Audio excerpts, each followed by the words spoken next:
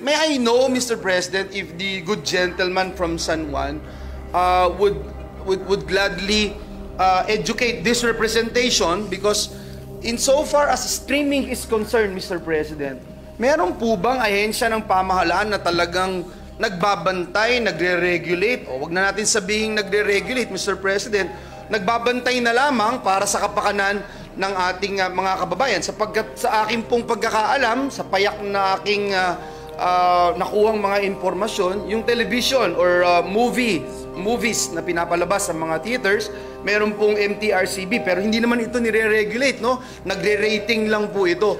When it comes to streaming po ba, meron po, Ginoong Pangulo, na ahensya ng pamahalaan na talagang nakatutok para bantayan ang ating mga kababayan, lalo na ang ating pong mga kababayan?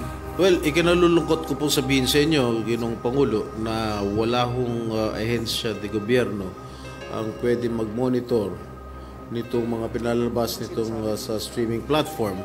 Lalong-lalo na po yung MTRCB, hindi po sakop ng kanilang mandato ang pagmamonitor ng mga streamline platforms sa social media.